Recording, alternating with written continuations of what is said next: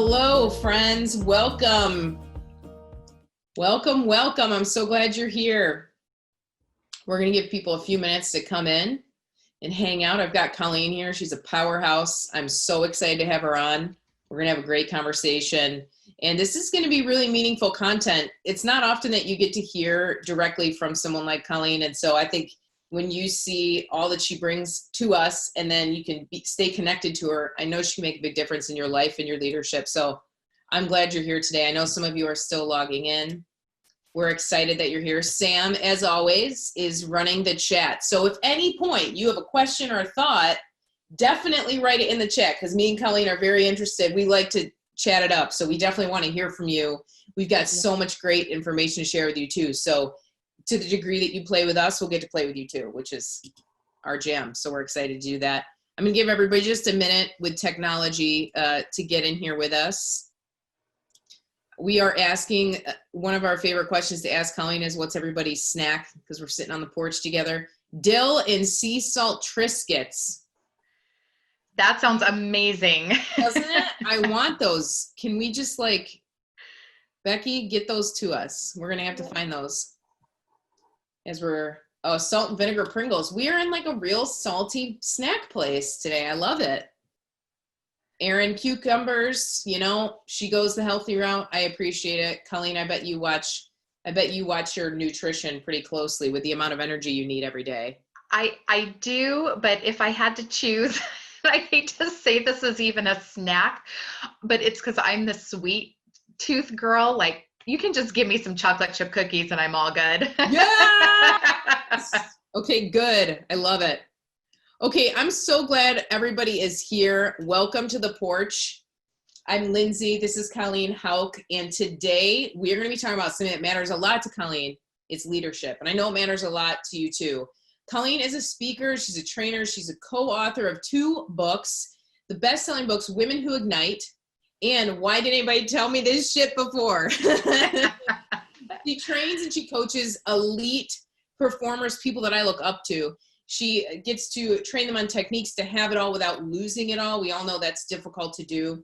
She's appeared in all the things that matter, Forbes, Best Self. She's spoken at organizations like Panasonic, IPSEN, I'm not saying that right, IPSEN, US Foods, Coldwell Banker. You know these names, national brands. They're the ones that want to talk to Colleen about leadership. That's why we're so lucky to have her on today. Colleen, thank you for coming on the porch.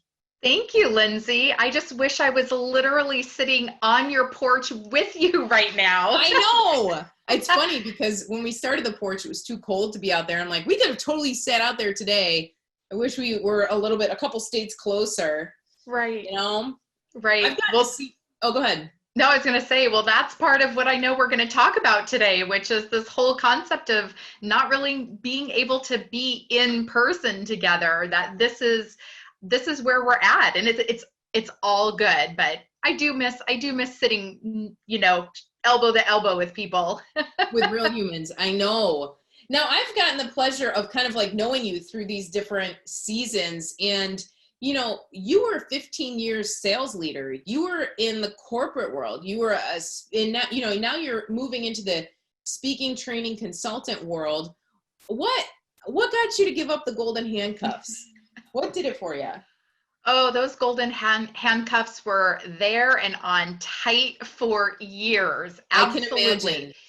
And I certainly, so I love corporate. I'll just let everybody know that. I do not have a negative attitude about corporate. Most of my clients and my opportunities that I work within are corporate. I love working with corporate. But I made the transition after 15 years. It really started for me going into 2013. The company I was most recently with, where I spent over 11 of my 15 years with, I had received another promotion going into that year of 2013. And I was so excited about this promotion, but I blindly said yes. I had no thought as to the impact it was going to have on myself or my family, because the promotion required me taking over somebody else's nearly full book of business. I was in, sales and business development. but I was only giving up one of my teeny tiny accounts. So to make all of it work, I was literally sleeping about 4 hours every night, which if you've ever done that, you know, the result is you're drunk every day of your life. You can barely cognitively function. Yes. So because I just wouldn't fail my, my company or my clients, that's what I did. I gave everything to my job, and which meant everything else in my personal life, my family, completely got my leftovers. And, I'm a mom. At the time I had 3 kids at home, and I would tell my husband, Matt, I mean, my behavior was so extreme to my family that I would tell Matt, I don't know how you don't pack up our kids and leave me. Like, it was that bad. And so I went through that for about 13 months until, I hit that total burnout, and thought at the time my only option was to choose work or career, or excuse me, work or family, work or personal life. I did not quit though. I ended up getting help, figuring it out. I ended up staying at that same company for 4 years. During that time, at the beginning, I thought I was alone. I was surrounded by these stellar corporate women who I thought just had it all together. But when I started sharing my story, I realized, oh no, there's so many of us who are dealing with this. And that's really what got me started sharing my story. And it, alongside of my corporate job, I decided I'm just going to start speaking and training. And it started with showing women how to live what I now call the and life, how you can have this powerful career and extraordinary personal life. And after about 4 years, the universe aligned, timing was right. I decided to make that transition and jump full-time into my business. And over the last 2 years of doing it full-time, I've taken this kind of living the and life, and it's transitioned into leadership and how to lead for both people and results. So this whole concept of and, like, I hate anybody thinking they ever have to choose one or the other in any aspect. So that's really what my focus is. But yeah, the timing was right for me after those, 4 years. It was like, I'm ready. As scared as I was like, let's do it. Yeah, well, I can imagine too. It's one of those things where sometimes there's something that we want in the world, and then we get it and we don't realize like how much it really costs to have it. Absolutely. And, for me, and this is one of the things that I speak on, whether it's a keynote or training, is that what I would say most high performers are really crystal clear on what they want professionally and financially. And that's where I was when I was offered that promotion. But when that's all you're crystal clear on, you then start making decisions with blinders on. You're making decisions for only those 2 things. And then if you're not building the rest of your life, whether that's your health, your relationships, personal, whatever it is, if you're not being intentional, you're letting other people dictate that for you. Like, that's right. They're making the decisions about how the rest of those parts of your life are going to look. So yeah, I mean, it was just me over focused in a couple of areas and not taking into consideration really the whole package. I can see how when you're like a dynamic, powerful person too, it's easy to just run and go with that intensity in one way. And I can see and then if you took that like in today's world right now and you overlaid everything we've been through in the last 6 months, I wonder, when I think about the clients, the people that are drawn to you, they're probably like you. They're probably like trying to figure out how to do the and. But then you've got this whole new world, which pulls in a bunch of different dynamics. But really, Lindsay, no matter what, there's so many variables, whether we're in this situation due to COVID or not. There's no one lens to look at everything through, so you could Yes. say, okay, I'm talking to another working mom, but depending on the age of kids she has, what type Mhm. of job she has, all those variables, whether we're in COVID or not, it makes everybody's situation so unique. And I know I've mentioned working moms, but like this concept of living the and life, I'm brought in to co-ed audiences. And more often than not, it is the men who approach me, who they are going through those same things, but there's not a lot of like safety for them to talk about these issues. Here, I wasn't hearing, women talk about it, but imagine Yes. how much harder it is for men, right? Yeah, they don't even really get the space because I can see that. So what do you think with everything that's going on? What is the biggest challenge right now that you see with your clients? How do you help them overcome it? Yeah, so a little bit steered away from, the and life with the work Mhm. I shouldn't say that. I mean, shoot, I was just speaking at one of the world's largest tech companies last week on this topic, coming into their group. But one of the overarching things that I'm seeing that's impacting kind of every employee, whether that's from the C-suite down, is this whole pivot from how do I go from in-person to virtual, right? So you're Yes. used to having, a one-on-one meeting and, over coffee or in the boardroom or at your clients' offices. And now we're here. Yeah. And the dynamics and the considerations that need to be taken into account are very, very different. And, Mhm. Lindsay, for you and me, who've kind of been in this expert entrepreneurial space, and for anybody Mhm. else who's joining us, who's in that space, this may not be new. Like the whole Yeah. concept of using Zoom and having, a webcam, that may not be new, but in the corporate world, that is not the norm. That's So right. they were literally, I mean, within what, 24, 48 hours, people found out they were getting shoved into their dining room table Yeah. and having to run meetings from there. So it's Yes. been a huge, huge pain point for most of my clients.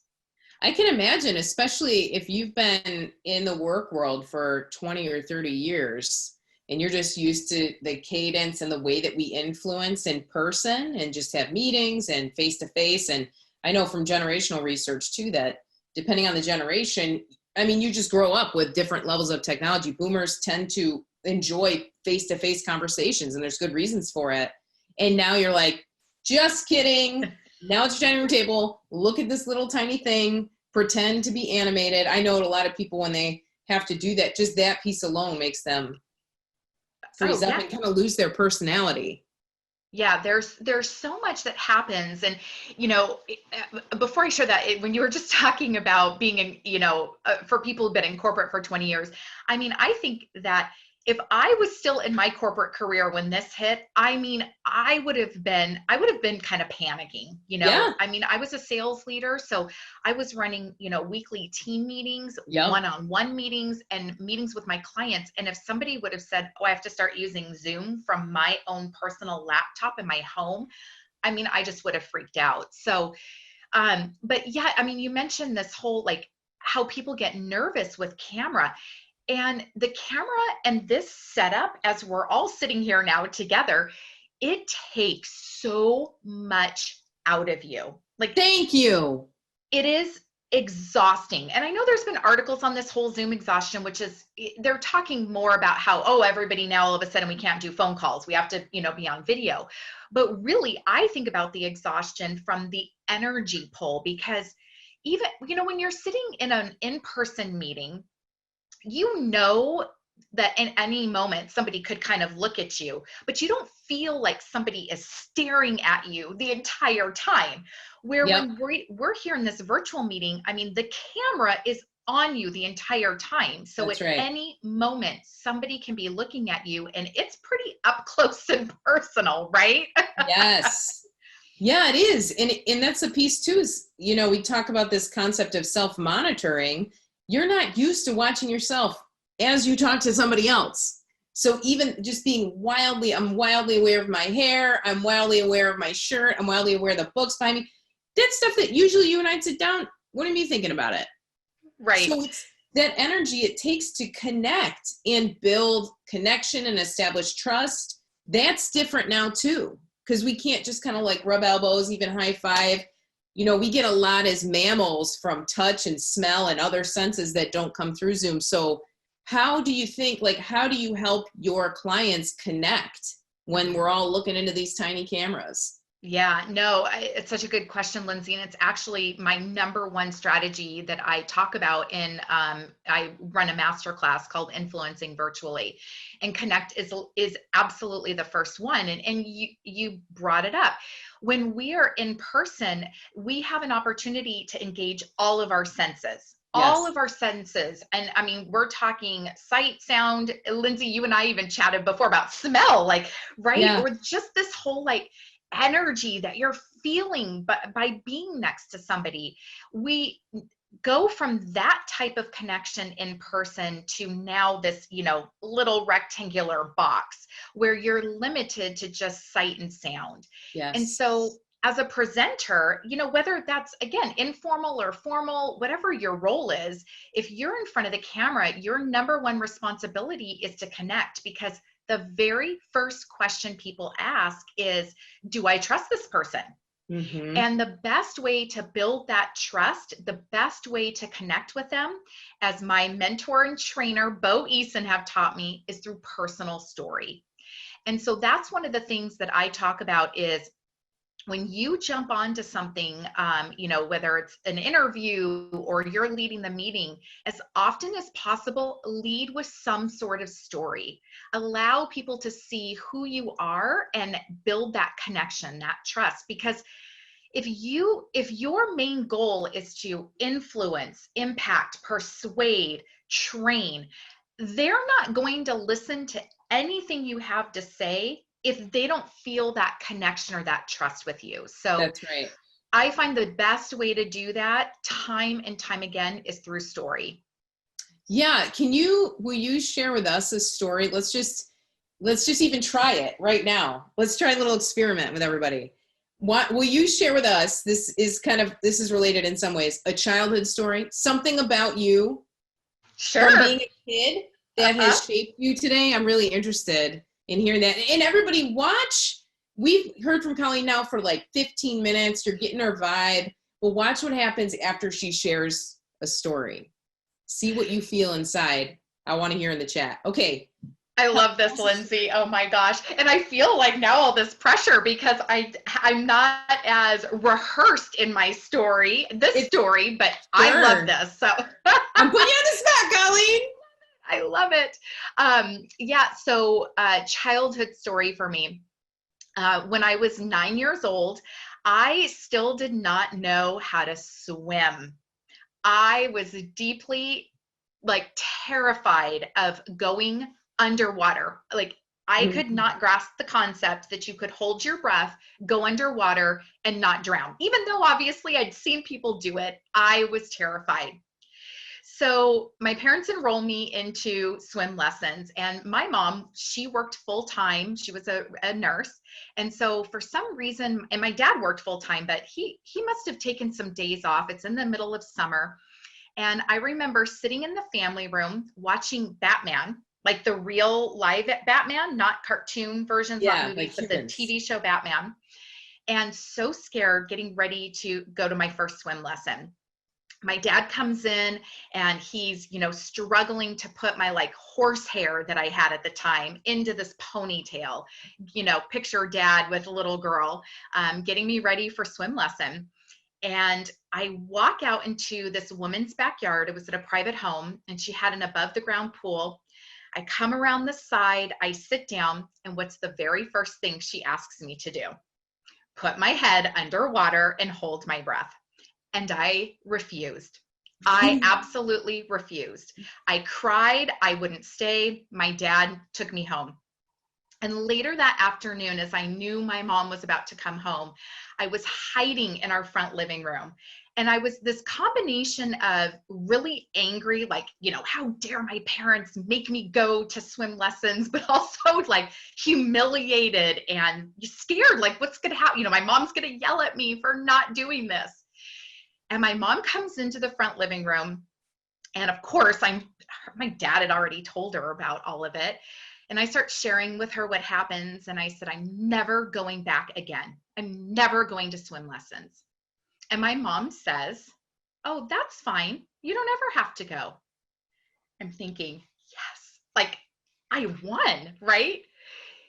And she then follows that up by saying, but you will never go to the beach again. You'll never get to go swimming with your friend Stephanie. Like, you don't have to go, but you're never going anywhere again. Of course, I was back at swim lessons the next day and learned how to swim, right? But so for me, my lesson was how my mom, like psychological warfare that she uses. By the way, she was a nurse in a psychiatric hospital, so that's why she did that. But I use that on my own self moving forward. I was an elementary school teacher right out of college for a few years. I use that with my students, and I admittedly have used that with my own children. So that is my, I don't know that it's my favorite memory, but it's one of the most bold memories of my childhood. Oh my gosh, I love it. Well, and I love too that you had a choice. Your mom actually did give you a choice. But you know what? It reminded me of that fear when you're a kid that stays with you, where it's like visceral fear, and it doesn't matter how many times you've seen it work on TV. It doesn't matter if everyone else can do it. When you have to be the one to stick your head underwater, but all bets are off. Yep. Absolutely. I love that story. Now imagine for a minute, if you were on Colleen's team, if she was your leader and she shared that story when she was opening up like a Monday team meeting or a team, huddle. How does that, and please share in the chat, how does that change how safe you feel with somebody like Colleen? How safe you feel? Somebody said stories are a great way to connect with your team. Absolutely. Colleen didn't lose any respect or anything when she's sharing that. If anything, you're like, okay, she gets it. She gets fear. She understands parenting. She understands so many other layers. And she didn't go through and say, now, as a leader, I have studied fear, and fear will prevent you from doing things. She doesn't have to do that. We learned so much more about her through that quick 3-minute story. And emotionally, we feel closer to her. So this is what some people are saying. They say, I can relate to her more as a person. Trisha said, I don't feel safe if we're going swimming. Just kidding. But I love this. It would humanize a boss. It's much easier to communicate with. And now I would feel more comfortable. I was like, Colleen, I'm kind of nervous about sending this email to a client. Can you help me? I'd be much more ready to do that. A lot of people are saying trust. I will share with you, Lindsay, prior to really using story, like I knew about using story, but I didn't use it in quite the way I eventually learned how to. I would receive compliments, oh, Colleen, you're a good speaker. I like this information. And it always feels good to hear that, right? Once I really dove into a couple of what I consider my signature stories, one of which is, that breaking point in 2013. And when I tell that story, like full out story, I literally recreate screaming at my family. Like it's as if you're in my family room and you hear me screaming. As soon as I started to share that type of vulnerability, like putting myself out there saying like, this is real. I mean, I was awful. And versus just saying, oh, my husband, I'm surprised he didn't pack up and leave me, right? Like showing you what I did. That's when people started coming up to me going, oh my gosh, do you have a camera inside of my house? Oh my gosh, I do this. So that connection even more so. So it's like story is, I think I saw someone say it brings that speed of trust, but you also have to make sure you're really showing inside that story to reveal who you are. That is such a good point, because you think about, we both have similar story coaches who train us in how to do that, because it's so much easier to say like, I was really mad versus being like, I was furious. I couldn't believe it, Right. You get to actually live through it and help people feel connected to you It's a big thing. It's basically, we're asking people if they want to build trust to be more vulnerable. Yeah. Yeah. And then usually if you are a leader, right, in whatever capacity, your responsibility is to then influence people. Like you want them to now do something, whether it's to be inspired to take the next step or jump on board for a project, whatever it is, buy something from you if you're a sales leader. But in order for them to do that, there has to be that trust built immediately. And so, yeah, so that's my number one strategy, is connect. And how you do that quickly and effectively is through the use of story. I love that. I think that's so important. So you've got that piece where you're building trust and connection. And then, for leaders and for people who are selling too, you're also going into this level of competency and respect that people are also looking like, does this person know what they're talking about? Can I respect them? And again, we don't have the in-person cues. So what do we do? Yeah, the competence is number two, absolutely. And everyone can think about a time where you were, getting ready, sitting as an audience member, whether it's a huge conference or just, in a meeting room, where you saw the presenter kind of like scrambling and they're fumbling and they're not ready, right? Because, and like you can picture that. And the second question people ask after, can I trust them, is, can I respect this person? And when you see somebody fumbling and not prepared, that respect is starting to go out the window, right? And so, Lindsay, like you mentioned, though, we're limited here. And so while there's a little bit of, gosh, what's the word? I'm losing my word here. Permission to not be perfect with technology, right? Like if all of a sudden right now Zoom went out, I literally dropped my internet connection yesterday. I was running my membership group call and my connection went out, right? That stuff's going to happen. Yeah. But the more prepared you are as a leader to show your competence. So, the whole concept of rehearsing, like if you used to prepare for a meeting for an hour before, you better like quadruple that, 10x that rehearsal. If you are normally showing up into a meeting room 15 minutes before, you better be showing up to your virtual calls, 30 minutes, an hour before. There's just so much more preparation.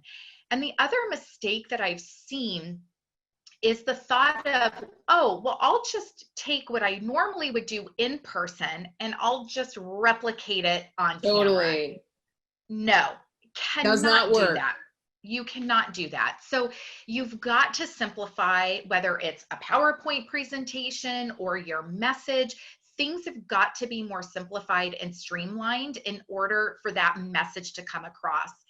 And then I would say the final thing with competence is just, thinking about how professional you are. And certainly, I mean, like if you're just having a one-on-one with one of your team members, you want to show up in your, workout clothes, your active wear, and you're on the same page, go for it.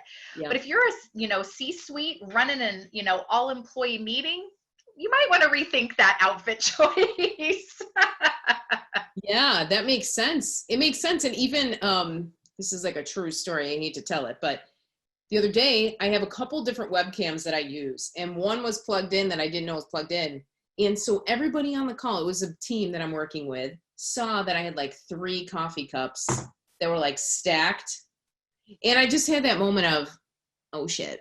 I just had that like, oh, that didn't look very good. And it's like, for an event that I have where I have to keynote and you're trusting me, and then you're just seeing like all this clutter on my desk. Yeah. It sounds silly. Like, it's not really that I'm self-conscious about it. It's that it breaks trust. It breaks competency that, if your working space, my working space tends to get cluttered, just know like people are in your home. They're seeing that. I always make sure before I start that like my books, are back in order and lined up, and making sure that I feel good about just little things like that. I know that you curated that shelf behind you. That didn't just happen that way. Of course.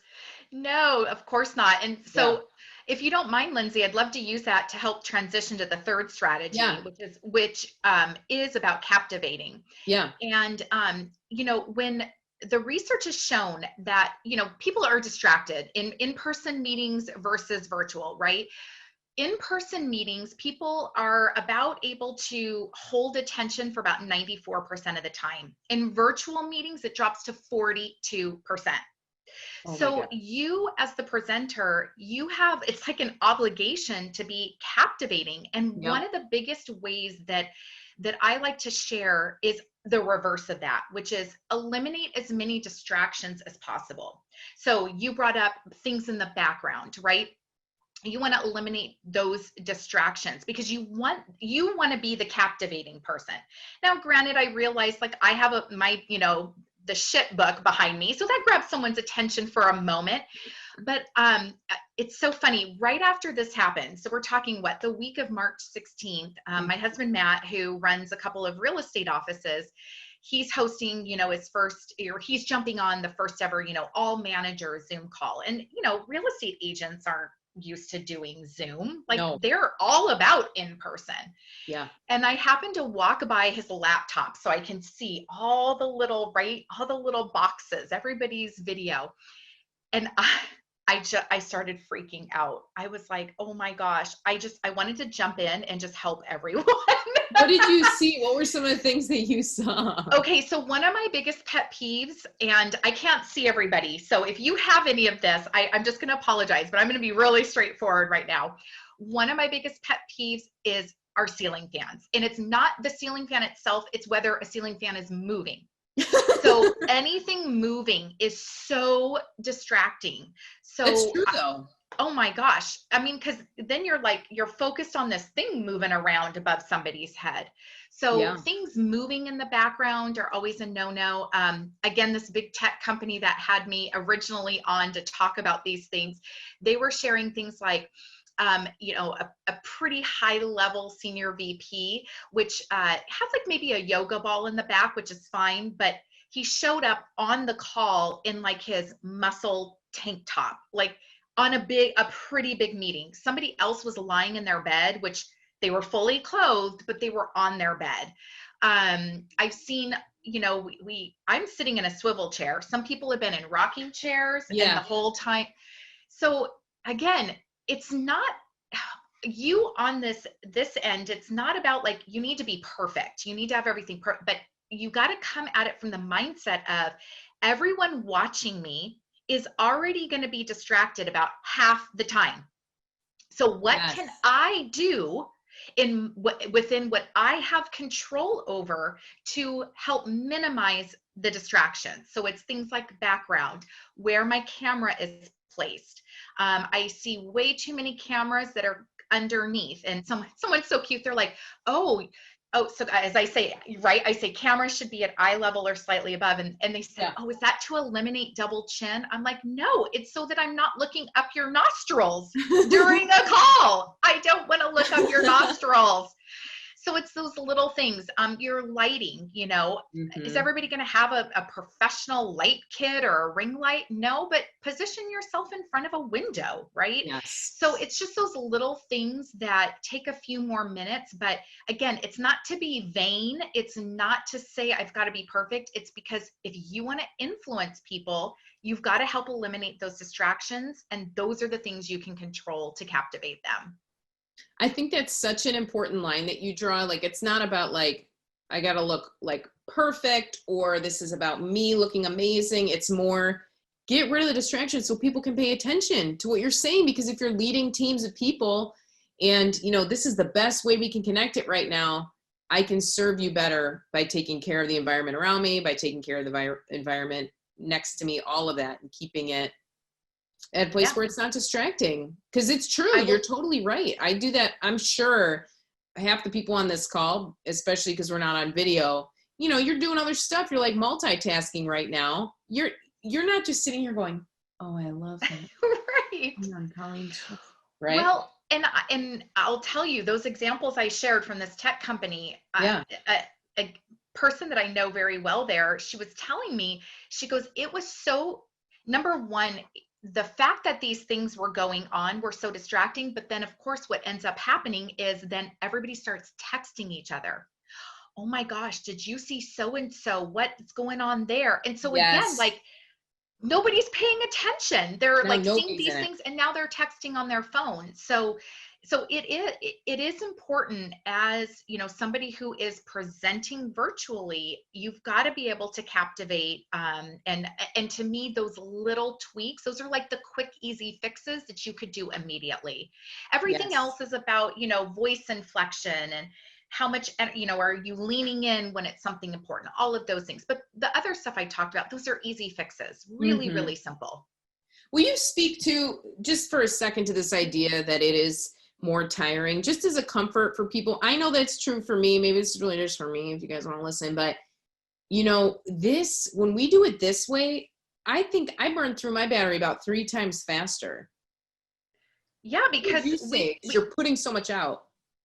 yeah, because Lindsay, I can't see anything of you from chest down, right? So I Yes, don't even get a chance to sense your vibe, your, you know, totally. like everything about you. You have to be way more amplified. That Yes. this word amplified is the word I say over and over again when it comes to virtual, because it is it's not only that they can't see you, but then depending on the size of their actual monitor, whether or not you're in meetings, whether or not they have it on gallery view versus speaker view, it's like those things for me flash in my head. I'm like, I've got to be able to amplify everything I'm doing even more so.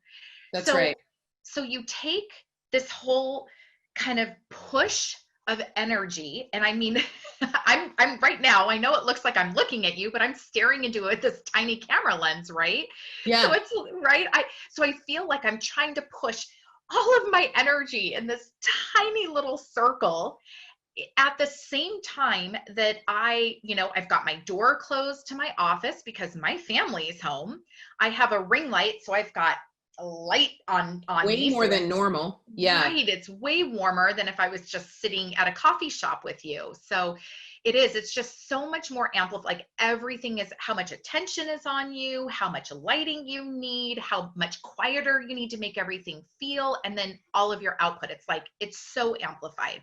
Yep, that's exactly it. And that output piece too, you know, even if I'm a pretty energetic person, Colleen, you're a pretty energetic person. That's not hard for us to like get in tune with like our juju, but it's still like it is way more energy. So if you get done with a Zoom call and you're usually like, you're not used to that, it would make sense that you need a little recharge time after. I know one of my favorite things to do is I go downstairs, I don't have shoes on, but I go out barefoot into the grass and I walk around barefoot in the grass. For whatever reason, you know, my pups go out there with me and chase the chipmunks, but it helps me kind of like reset. Is there anything that you do to reset after you've been like staring at the screen with ring lights going into your retinas? Right. So first of all, I love the whole going outside, putting your feet in the grass, Lindsay. That's such a great tip. Yeah, actually, so I was mentioning I was leading my membership program yesterday, and we were talking about one of the areas I coach on is being mentally masterful, and this exactly came up. And so, you know, this practice of mindfulness, and I hate to just toss that word out. I don't mean for it to sound like a cliche. It is a real scientifically Yeah. researched thing, right? But I find it even more important right now because as more Zoom meetings or virtual meetings, because everybody's like, okay, I can't ever just see you walking down the hall now or grab a cup of coffee with you. Mm-hmm. So as often as possible, all of these meetings that might have been just a conference call, everything's, you know, smashed into virtual. So now it's like your calendar is potentially back to back. So just this practice of mindfulness, you know, literally waking up in the morning, lying in bed, taking a couple of minutes just to focus on your breath, Yeah. just to become aware of how your body is feeling. Then right when you sit down at your computer, your home office, before you open anything, just take a few more minutes and like center yourself, like literally feel your body, like you said, your feet in the grass, like feel yourself sitting here versus just going into chaos and craziness. Yes. And then if possible, just giving yourself a buffer, even if again it's only 2 minutes. So when we're done here, I'm jumping on another Zoom for 3 hours. I already messaged to let them know I will be a couple minutes late because I need 2 minutes in between here of Yes. looking away from the camera, taking deep breaths, and we've done lots of going outside as well. So Yes. you have to be intentional and build it in. I love that. I think that's so great. And I think the more that people accept that that is part of the self-care routine, it's not a bonus. It's not something that you get to do. It's that you really need to do this for your biology, for your psychology, just to keep yourself, at a reasonable energy level. You got to do it. I love that. Okay. I got a question for you. Somebody was asking this and a couple people jumped in. Let's go. I want to talk for a minute back to telling stories. Okay. How do you do that? I think this has happened before too, where you share a story and you're trying to build trust, but for some reason it's used against you. A story could be kind of twisted or used against you in a different way. Has this ever happened? What have you done about it? Can you imagine this happening, Colleen? I'm wondering if this has happened to you. Yeah. Wow. I've actually never been asked that question before. Yeah. I know, it's kind of surprising. I'm wondering if there was like a very specific situation that happened. Sure. I'm sure. And it's not to say that it couldn't potentially happen. I mean, look, Mhm. your intent with your story is to build that trust, and that legitimately is all it is. I'm not using my story to manipulate, persuade. I'm not using so for example, another signature story I use is when I'm either doing like a leadership keynote or I'm running my leadership workshop. So it's a story very centered on leadership, and it's a story, kind of the meat of the story is between me and one of my senior leaders, and my senior leader is not treating me very well. Now, I could go in and tell that story in such a way that is all about how badly the senior leader treated me. But is that really like the intent of what my story is supposed to be doing? That would be me having a glass of wine with you, Lindsay, and like telling you drama, right? Which that's fine. Go do that. But not when you're using it to build trust or you're supposed to be a leader. So when I tell that story, it's all about the transformation, like where I was, specific moments of what I went through, nothing about that other person. It's about me, my experience, and then how I came out of it on the other end. And so what that allows the audience to do is then see, number one, themselves potentially, like, okay, I'm kind of in that, maybe not in that same spot with a leader treating them poorly, but like, these are my leadership skills. And now I can see where they could transform. And I can see Colleen went through this. And Colleen is somebody now I trust because I see she wasn't always this person. She was this person, right? Yep. So I think if there has been a situation for this person or anyone else, I would just ask to go back and revisit how you told the story and make sure that you are telling it from a place of that you want the audience to see the transformation. You want the audience to be able to see, okay, you can lead them with your training or your whatever it is you're going to be doing next. You can be the person they trust to get you from point A to point Z, right? Yes. Yeah, I personally haven't had anybody use it against me, but again, I think it's because I've been trained to tell my story from that place. Yep, that makes sense. We talk about that a lot, that people are drawn to transformation. They're drawn to the hero's journey. Here's where I started. Here's how I transformed. This is how it shaped me as a person. And that's one of the reasons that we ask this question, like, what's something from your childhood that's shaped you as a person? And that might be a good place to start. Most people won't hold, against you if you stole a candy bar when you were 5 years old or whatever it is. It's pretty safe. When I do trainings, I typically have people go back to their childhood because it's not like you're like, hey, say something illegal you did in the last year. You're not doing things like that. You even just thinking about, categories that are safer than others. We deal with that when I tell stories on LinkedIn. I had a story last week that I shared as like a confession because I had judged somebody because of their age. And it was recent. And I talked about how I had to do a gut check to just be more aware of my own biases. And that's what was wild to me is through the whole weekend, I'm like, why is my LinkedIn going off? It's going off. It's going off. It's going off. And I was like, more people have engaged me with this than anything I've ever talked about. And it was really like a public confessional of how I was like kind of a shitty person there for a minute. But it worked, you know, it actually worked. I didn't know it would. It was kind of like it's true, it's real. Yeah. The transformation is now I'm more aware.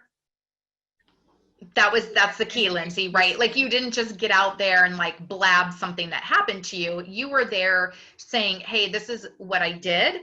Yep. And then this is how I came out on the other side. But you weren't doing it, I'm assuming, knowing you and the kind of response you got, you weren't doing it from a preachy training. You were doing it through the use of story. Yes. So, and I totally agree with you. Oftentimes people's best stories do come from childhood because most people have had something really significant happen in their childhood or teenage years where they said, I'm never letting that happen to me again. Like Totally. that is never going to happen. And that's where, and again, you know, my trainer and mentor for storytelling, Bo IPSEN, you know, he recommends the same thing. Like go back and think about where in your life did you say, I'm never letting that happen to me again. Yep. And, you know, for me, I had some of those, like I would say smaller ones. A lot of mine though really didn't happen until adulthood. And I'll thank my parents for that. I think they sheltered me a lot. I don't have anything. Yeah. Oh. Yeah. I know sometimes we're like, man, I wish I had a more dynamic story. I'm like, you wanted more pain in your childhood? No. And I'll tell you, Lindsay, so my story, my signature story that I share is about, you know, the promotion and being awful to my family. You know, I just shared a Reader's Digest synopsis of it today, but when I'm on stage or on a talk, it's a 7-minute, like full on out story. Yep. And when I first went through that, I'll never forget, I shared with one of my colleagues, I'm like, oh my gosh, I could never be a speaker or a trainer and go tell that. Like, who's going to care about, oh, boo-hoo, you got this great job and, you know, you just were kind of mean to your family, but you didn't get divorced. Nobody left you. Like, who cares? That's how I thought, because I would see all these other people who's like, you know, suffered a brain injury or overcame cancer. And I'm like, but it's all relative and everybody has different levels of experience. So I would just say everybody has a story. Like, don't feel like your story has to be some dramatic experience. It's for you. What was that point in life? And how will it just show who you are, that transformation to make that connection. I love that. Yeah. And that's a good spot too. If you have questions or you want to connect with Colleen, Sam's going to put your website up so they can check out all that you're doing. And you can follow Bo IPSEN too. I love Bo IPSEN. I've been to his events. Colleen's an integral part of his team. She's an important part of his team. And so there's some thought leaders out there who are leading the way and showing how to do it. And I know that for me, it changes the way I talk to people. When you just spend time with people who do it as well as, you know, you and Bo do it, makes me want to be around you more and learn from you. So somebody's asking, what's the book title on the bookshelf behind you? That's Colleen's book. Can you, what is it? Can you share with everybody? Yep. So the one in white is the first book I co-authored. It's 20 authors total. It's called Women Who Ignite, and it's the first in a series of books. And so it has my full story. And then the second one, which is always the eye catcher, it's Why Didn't Anybody Tell Me That Shit Before? And it's another co-authored book. But that one, is written in the form of letters to our future selves. So it's like, what did we learn if we could tell our future selves? So it's it's just a different format. I love it. I think that's so cool and hilarious. Great title choice. I love that title. I can't take credit for it. I'm just proud to be part of it. Are you ever careful in corporate audiences to not say shit? No, I actually do a play on words. So when I was going through all of my crap in 2013, I started saying that fun was the working mom's F word. So that's in my signature keynote and my signature talk is I play with that. And I had somebody ask me once and I'm like, most corporate, I mean, unless faith-based, right? Something like Sure. that. But yeah, everybody's usually pretty good about it. And I'm not throwing away words without some Totally. intention to it. So Totally. I love it. yeah. A little cussing here and there keeps people awake. Tony Robbins Absolutely. knows that rule. Well. Yes, he does. So, okay, last question, because I know you've got a 3-hour Zoom after this coming up that you're all good ready to go for. Okay, last question. There's so many things that you can talk about. There's so many different messages I'm sure you want to share with the world. If you had to pick one right now in this season that we're in, what would be your one message to everybody? I struggled with this because there's two I would love to. Okay, give us two. Okay, so the first one is be intentional. Like just be intentional. Again, this came up on our my group membership coaching call yesterday about something that one of my members was doing, and I'm like, as long as you're being intentional about it, it's fine. Like when we just sit and we think we're mindlessly wandering, or that's when like the stuff just doesn't. It drives me crazy. Like just be intentional. Even if you're gonna say the word shit, just be intentional about it. Like yes. Don't throw it away, right? So be intentional. And then I just like to say live and lead in the and. My enemy is this whole concept of thinking you ever have to choose between one or the other. And I think there are very, very few circumstances in life where that is true. I just don't believe that you have to choose. You can have your cake and eat it too. You can have it all without losing it all is something I like to say. So whenever you're faced with this situation and you believe that you have to make one of two choices, most likely you can have both. You just may have to be creative. You may have to seek guidance. You may have to come up with some sort of blended solution. But that point in my life where I thought, wow, there's no way I could ever make this work. This is, and I felt like I had to give up. It was just this give up point, and I'm just going to have to choose. And it was more of this act of desperation. And I get heartbroken to think that anybody ever has to be in that situation to feel forced, like they feel forced to choose between something, and you don't have to. You can live and lead in the and. I love that. Really powerful. I know that for the people that were on this with us live, that rings true because I know several people on this. So I'm like, yes, we all understand. I love it. It's so good. Would everybody take a minute and unmute, and let's give Colleen a round of applause for coming. Aww. Take a minute and unmute. It's so fun. So nice. Thank you. Spending time with us on the porch, it means the world to me. This is really a place where we are gathering thought leaders to bring the things that matter most to them right now. And your time is so valuable. It's the only thing we can't get more of. And you decided to be a part of this today and to inspire us. So it just means the world to me. Thank you, Colleen, for giving us your time. It means absolutely. So I appreciate being here, and you keep doing this awesome work, Lindsay. It's so wonderful. I know your community appreciates you. And I appreciate you. Thank you for having me. Thank you, Colleen. I'm going to let you go with a few minutes so you can refresh, go walk in the grass if you want to. Right. I love it. And we will see everybody soon. Thanks for coming to the porch.